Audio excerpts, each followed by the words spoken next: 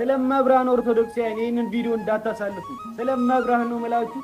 ይሄንን ተአምር በዕለተ እሑድ መስማት ምንኛ መታደል ነው። እስኪ አድምጡ። በዘመናችን የሆነ ታሪክ ነው የምነግራችሁ። ይህቺ ልጅ ከእኛው ጋር አብራ ዩኒቨርሲቲ የተማረች እህታችን ነች። እንደኛው ግን ጥቂት የሰንበት ትምህርት ቤትን ፍሬ ቀምሳለች። በጣም በትልቅ ውጤት ነው የተመረቀችው።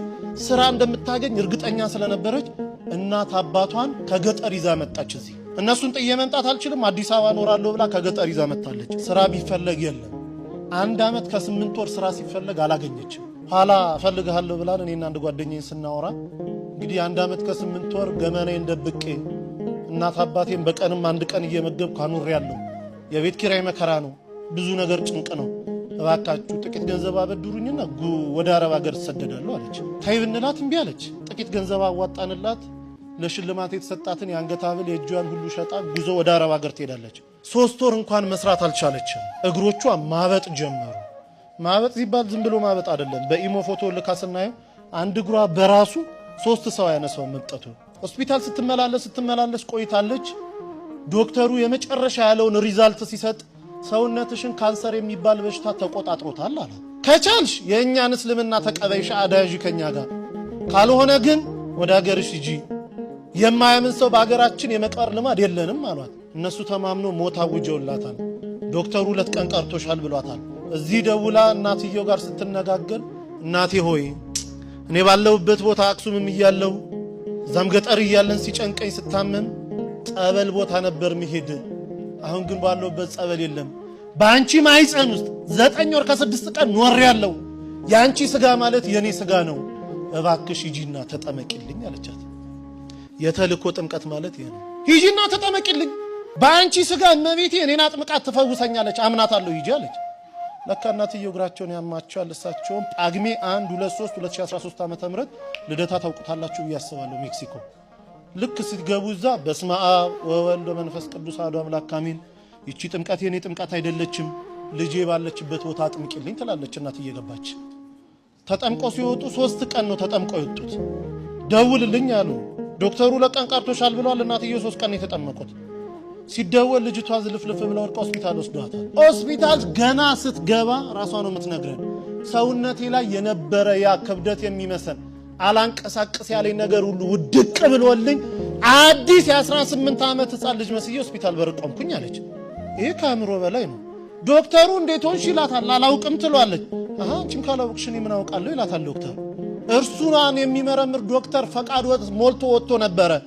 ከሄደበት ቦታ የ6 ሰዓት መንገድ ነርቶ ተመልሶ ሕክምና ገባ። ልጅቷን አምጡ ይላል። ይሄው እኔ ነኝ ትላለች። እባክሽ አትቀልጂብኝ፣ ልሰራ ነው ያለሁት። እኔ ልጅቷን አውቃታለሁ፣ ኪሎዋ ይሄን ያለው ደሟ እንዲህ ነው። አንቺ ደግሞ ሳይሽ አዲስ ሕፃን ልጅ ነው የምትመስዪው፣ ልጅቷን አምጪ አላት። አይ እኔ ድኜ ነው አለች። እንዴት ሆኖ? ተጠምቄ። ከየት አምጥተሽ ጸበል? አረብ ሀገር አይደለም ወይ ያለሽው? ከየት አመጣሽ? አይ እናቴ ተጠምቃለኝ። እናቴ ልትጠመቅ ስትገባ ወላዲተ አምላክ ድንግል ማርያም ከመልአከ ምክሩ ከቅዱስ ሚካኤል ጋር እኔ ቤት ውስጥ ይመጡ ነበር አለች። ጠዋት ስነሳ ሙሉ ሰውነቴ ረጥቦ ነበር የምገኘው አለች። እናቴ እዛ ትጠመቃለች፣ ድንግል ማርያም ደግሞ እኔን እዚህ ስታጠምቀኝ ነበር፣ እንዲዳንኩኝ አለችው። ዶክተሩ ማልቀስ ጀመረ። እንዲህ የሚባል ነገር አለ? በእውነት ድነሻል? አንድ ኮነማ እኔም እኮ 17 ዓመት ካንሰር ታማሚ ነኝ። በቀን 2 ኪኒንና 3 መርፌ እየተወጋው ነው 17 ዓመት የገፋሁት። እባክሽ አገርሹ ሰጂኝ፣ አንቺ ምትያት ሴት ካለች እኔንም ታጥምቀኝ አለ። ያው እንግዲህ ታውቃላችሁ እሷ መምጣት አትችልም። እዚህ ደውላ ከኛ ጋር አገናኘችው። ሰውየው እዚህ የገባው ሐሙስ 10 ሰዓት ላይ ነው ማታ። አሁን ወስዳችሁ ካላጠመቃችሁኝ አለ። ብንለው ብንሰራው በፍጹም። በኋላ ተደውሎ በአረበኛ የሆነ ነገር አለችው። ተረጋጋ። ለሊት 9 ሰዓት ላይ ተነስቶ ውሰዱኝ አለ። ስንሄድ ቤቱ ተዘግቷል። ገና በር ላይ ካህኑ እየከፈቱ ነው። አብሮ ገባ። ንባባቱን ደሞ ዕጣኑን አንድ ላይ ተደርጎ ውስጥ ከሰማ በኋላ መጀመሪያ ተጠማቂ ሆኖ ገባ። እንደገባ መጮን ይጀምራል። ሲወጣ ሆስፒታል ውሰዱኝ አለ። ኧረ እባክህ እንደው ቢያንስ 1 ሱባኤ ሳምንት ተጠመቅ። በፍጹም። ከዛች ሴት ጋር ሳወራ እኔ ቤት ውስጥ ይሸተኝ የነበረው ሽታ አሁን እዚህ ቦታ ሸቶኛል። እሷ ስታወራ ሁሌ የሚመጣው ሽታ እኔ ጋር አለ። እባካችሁኝ ውሰዱኝ።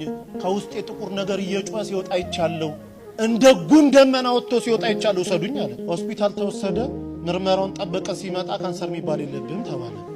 አላምንም ኢትዮጵያውያንን አለ። ዶክተሮቻቸው እንዴት ናቸው? 17 ዓመት የተያዝኩትን እንዴት የለም ትሉኛላችሁ አለ። አይ አገሬ ሄጄ ይመረመራሉ። ሄዶ ሲመረመር የለብህም ተባለ። አሁን ግብጽ ቤተክርስቲያን እዛው ተጠምቆ ሚስቱም 3 ልጆቹን ተጠምቆ ያገለግላሉ። እና ኦርቶዶክሳውያን በአረብ ሀገር ስደት ላይ ያላችሁ፣ በየትኛውም ዓለም ስደት ላይ ያላችሁ ለእመቤታችን ጭንቀታችሁን፣ ሐዘናችሁን፣ ህመማችሁን ከተናገራችሁ እመቤታችን ጸሎት ሰሚ ናት። እና ኦርቶዶክሳውያን ይህ ተአምር ለዓለም እንዲደርስ ሁላችሁም ሼር፣ ኮፒ ሊንክ፣ ሪፖስት እያደረጋችሁ ስለመብራህ ይህን ተአምር እስቲ በዕለተ እሑድ ሁሉም ኦርቶዶክሳውያን ጋር እንዲደርስ የተቻላችሁን አድርጉ።